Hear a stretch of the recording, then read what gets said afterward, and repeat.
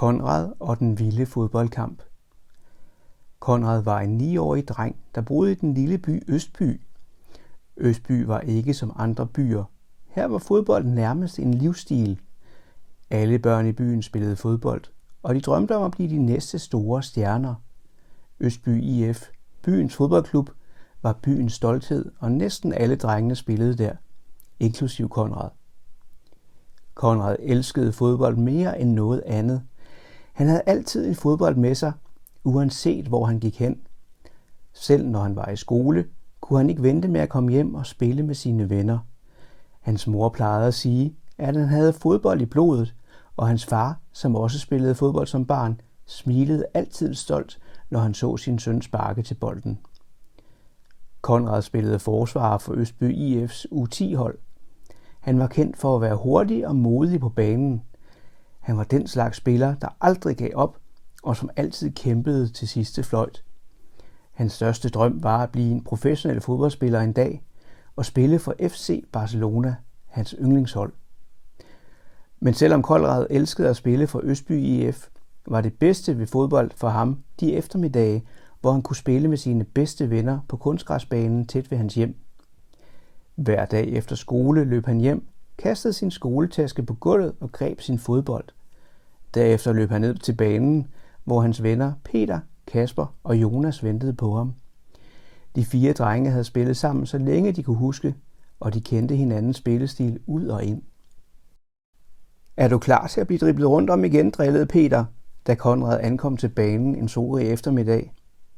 Peter var holdets angriber og elskede at udfordre Konrad i 1-mod-1 situationer. Konrad grinede. Du kan da prøve, men jeg tror, jeg har lært et par nye tricks, svarede han selvsikkert og sparkede bolden op i luften. De delte holdene op. Peter og Jonas mod Konrad og Kasper.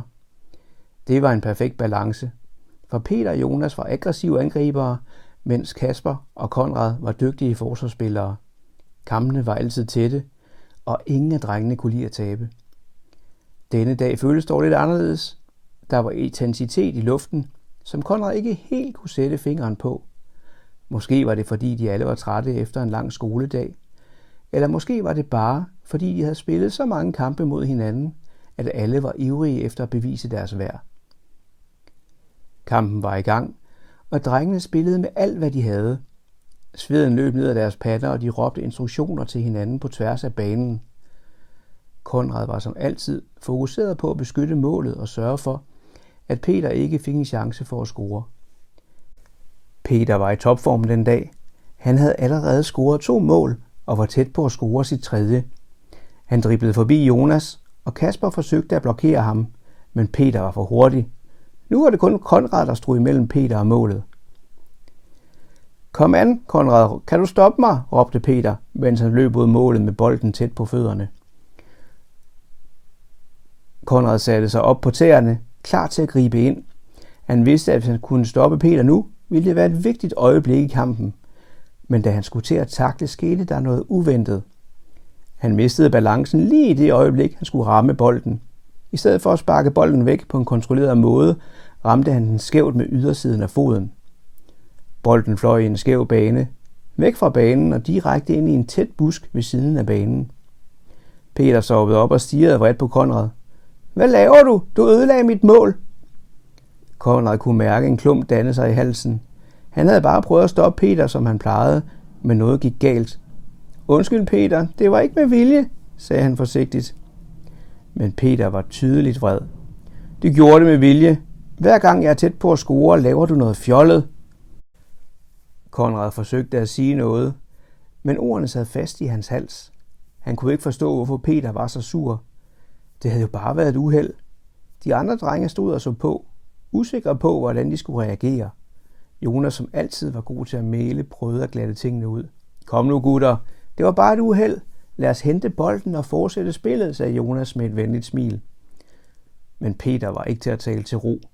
Han vendte ryggen til Konrad og begyndte at gå væk fra banen. Jeg gider ikke spille mere, hvis han er her, råbte han over skulderen. Konrad stod tilbage, chokeret og ked af det. Han kunne ikke tro, at Peter ville afslutte spillet på den måde. Det føltes som en uretfærdig straf for noget, han ikke havde gjort med vilje. Han kunne mærke, at tårerne begyndte at presse sig på, men han ville ikke græde foran de andre drenge. Han tog en dyb indånding og gik stille hen mod busken for at hente bolden. Mens han gik, kunne han ikke lade være med at tænke på, hvad der lige var sket. Han havde aldrig været uvenner med Peter før, og det gjorde ondt at tænke på, at deres venskab kunne være i fare på grund af en enkelt fejltagelse. Kasper gik hen til ham og lagde en hånd på hans skulder. Hey, det skal nok gå. Peter er bare lidt op at køre. Han bliver nok god igen i morgen. Konrad nikkede, men han kunne ikke lade være med at føle sig skyldig. Han vidste, at han skulle gøre noget for at rette op på situationen, men han vidste ikke, hvad det skulle være. Næste morgen vågnede Konrad med en knude i maven. Han havde sovet dårligt og havde drømt om episoden på banen hele natten. Han kunne ikke ryste følelsen af sig, og der var noget galt. Han frygtede, at Peter stadig ville være sur, og at deres venskab måske var ødelagt. Han gik i skole som sædvanlig, men han var fjern og ukoncentreret. Hans lærer, fru Hansen, bemærkede det hurtigt. Er du okay, Konrad? Spurgte hun bekymret, da hun så, at han sad og stirrede ud af vinduet midt i en matematiktime. Jeg har det fint, mumlede Konrad og forsøgte at fokusere på tavlen, men hans tanker var stadig hos fodboldbanen og Peter. Efter skole skulle han til træning i Østby IF. Normalt ville han være ivrig efter at komme afsted, men i dag slæbte han fødderne på vej hjem. Han havde stadig ikke talt med Peter, og han var nervøs for, hvordan det ville gå til træning. Da han kom hjem, sad hans far ved køkkenbordet med en kop kaffe og læste avisen. Hvordan gik det i skolen i dag, Konrad? Spurgte han uden at løfte blikket fra avisen. Det var okay, svarede Konrad kort og satte sig ved bordet. Hans far kiggede op og så med det samme, at der var noget galt. Hvad er der i vejen, Konrad? Du plejer ikke at være så stille. Konrad sukkede og begyndte at fortælle om, hvad der var sket på banen dagen før. Han forklarede, hvordan han ved et uheld havde sparket Peters bold væk, og hvordan Peter var blevet vred og ikke ville spille mere. Hans far nikkede forstående. Jeg kan godt forstå, at du er ked af det. Men konflikter er en del af livet, Konrad. Det vigtige er, hvordan du håndterer dem. Måske kan du tale med Peter i dag til træning og få løst det. Nogle gange skal man bare have lidt tid til at køle ned, før man kan tale om det. Konrad nikkede, selvom han stadig var lidt nervøs. Han vidste, at hans far havde ret. Hvis han ville redde sit venskab med Peter, måtte han prøve at få problemet løst. På træningsbanen var der allerede fuld gang i opvarmningen, da Konrad ankom. Træner Henrik, en høj mand med et stort skæg og et venligt smil, stod ved siden af banen og holdt øje med drengene. Henrik var en erfaren træner, som ikke kun lærte drengene fodboldfærdigheder, men også værdier som teamwork, respekt og hvordan man håndterer konflikter. Han havde en særlig evne til at læse drengenes sindstilstand, og denne dag var ingen undtagelse. Kom her, Konrad, sagde Henrik og vinkede ham hen til sig, da han så, hvordan Konrad tøvede ved sidelinjen. Er der noget, du vil tale om? Konrad trak vejret dybt og begyndte at forklare, hvad der var sket. Henrik lyttede tålmodigt, og da Konrad var færdig, nikkede han. Jeg kan godt forstå, at du er ked af det, men det lyder som en misforståelse, som kan løses, hvis I begge er villige til at tale om det, sagde Henrik, og kiggede over på Peter, som var ved at snøre sine fodboldstøvler lidt væk. Vil du ikke prøve at tale med ham? Jeg tror, hvis I begge forklarer, hvordan I har det, vil I kunne finde ud af det. Konrad nikkede, selvom han var nervøs, vidste han, at det var det rigtige at gøre. Henrik samlede drengene og startede træningen, mens Konrad stillede sig ved siden af Peter. Peter, jeg vil gerne tale med dig, sagde Konrad forsigtigt. Peter kiggede op, stadig lidt vred, men han kunne også se, at Konrad mente det alvorligt. Jeg er virkelig ked af, at jeg sparkede din bold væk i går. Det var ikke med vilje. Jeg prøvede bare at stoppe dig, men det gik galt. Jeg vil ikke have, at vi er uvenner, sagde Konrad ærligt. Peter tøvede et øjeblik. Han havde også været ked af det, men han havde ikke vidst, hvordan han skulle sige det. Jeg blev bare sur, fordi jeg var så tæt på at score, og så gik det hele galt. Men jeg ved godt, du ikke gjorde det med vilje. Konrad kunne mærke, hvordan lettelsen skyllede ind over ham. Skal vi ikke bare glemme det og spille sammen igen? Jeg savner at være på hold med dig. Peter nikkede svagt. Okay, lad os gøre det. De to drenge gav hinanden hånden, og det føltes som en tung byrde og blev løftet fra Konrads skuldre. De sluttede sig til de andre drenge på banen, og resten af træningen gik som en leg. Konrad kunne mærke, at han og Peter var tilbage, hvor de skulle være, som venner og holdkammerater. Efter at have løst konflikten med Peter, var Konrad i meget bedre humør. Han kunne igen koncentrere sig i skolen, og hans glæde ved fodbold var tilbage i fuld flor. Så da hans far foreslog, at de skulle tage på stadion for at se Østby IF's førstehold spille mod rivalerne fra Vestby, blev Konrad ellevild. Det var en stor kamp, som hele byen talte om. Vi skal være der tidligt, hvis vi vil have de gode pladser, sagde hans far, da han pakkede en lille taske med snacks og drikkevarer til kampen. Konrad kunne næsten ikke vente. Det var første gang, han skulle se Østby IF spille live på stadion, og han vidste, at det ville blive en oplevelse, han aldrig ville glemme. På kampdagen var stadionet fyldt til randen. Fansene var klædt i Østby IF's farver, og der var en summe af forventning i luften. Konrad havde sin Østby IF-trøje på, og han følte sig som en del af noget stort. De fandt nogle gode pladser tæt på banen, og Konrad satte sig spændt til rette. Kampen startede, og det var tydeligt, at begge hold var klar til at give alt, hvad de havde. Spillerne kæmpede hårdt, og fansen levede sig ind i hvert sekund, hver eneste redning og hvert eneste mål. Stemningen var elektrisk, og Konrad kunne næsten ikke sidde stille af spænding. I første halvleg var kampen tæt, og begge hold havde deres chancer.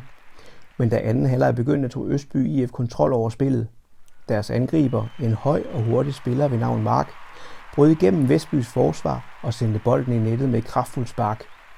Hele stadion eksploderede i jubel. Fansene sprang op fra deres sæder, råbte og klappede, og det føltes som om taget på stadion var ved at løfte sig. Konrad var ved at skrige af glæde, da noget uventet skete. En fan tæt på ham blev så begejstret, at han kastede sin øl op i luften i ren eufori. Øllen fløj i en perfekt bue og landede lige i hovedet på Konrads far. Konrad stivnede et øjeblik, da han så sin far stå der drivvåd af øl. Han kunne se, hvordan øllen skum dryppede ned af hans ansigt og trøje.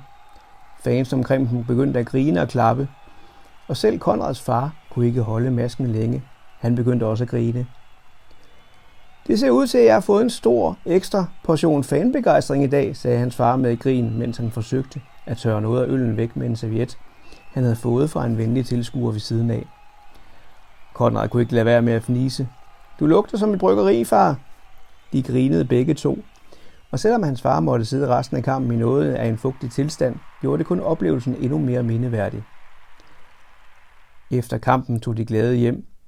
Østby IF havde vundet, og byen summede af glæde og feststemning. På vejen hjem snakkede Konrad og hans far om alle højdepunkterne for kampen, men de kunne ikke undgå at vende tilbage til episoden med den ølkastende fan. Hvorfor tror du, han gjorde det, spurgte Konrad, stadig lidt overrasket over, hvad der var sket. Hans far trak på skuldrene og smilede. Nogle gange bliver folk bare så glade, at de ikke tænker over, hvad de gør. Lidt ligesom dig og Peter på banen. Nogle gange gør man noget, der ikke var helt gennemtænkt, men så må man bare tage det med et smil. Konrad nikkede eftertænksomt. Ja, det er rigtigt.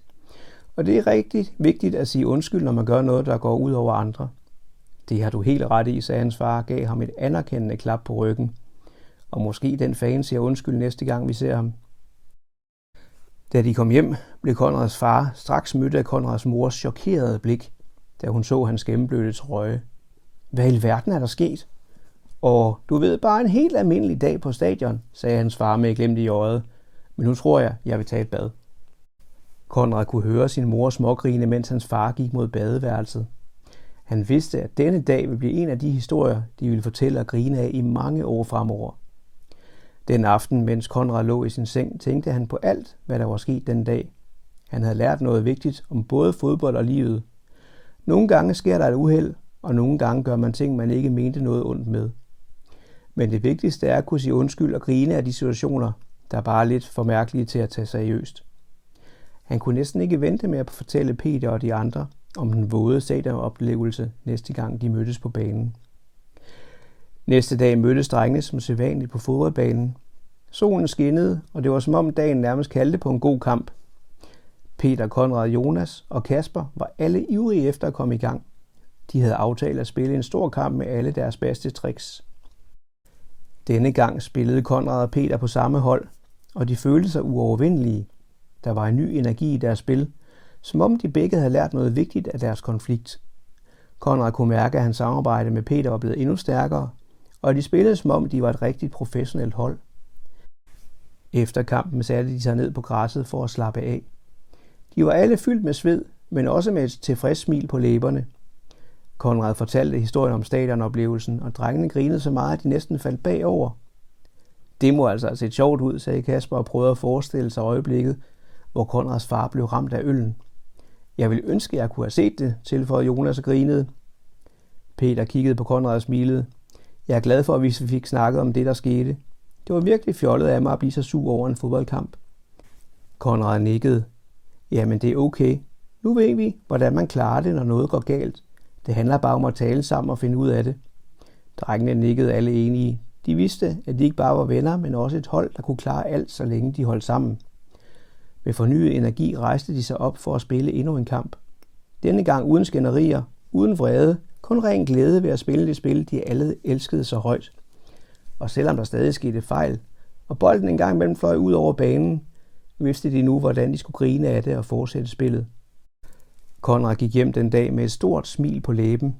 Han vidste, at han havde lært noget værdifuldt om venskab, konflikter og om at tage tingene med et smil, og han glædede sig allerede til den næste dag, hvor han igen skulle spille med sine venner. For i sidste ende handlede fodbold og livet om at have det sjovt, stå sammen og lære af de små bump på vejen. Og Konrad følte sig klar til at tage enhver udfordring op, både på og uden for fodboldbanen, med sine venner ved sin side.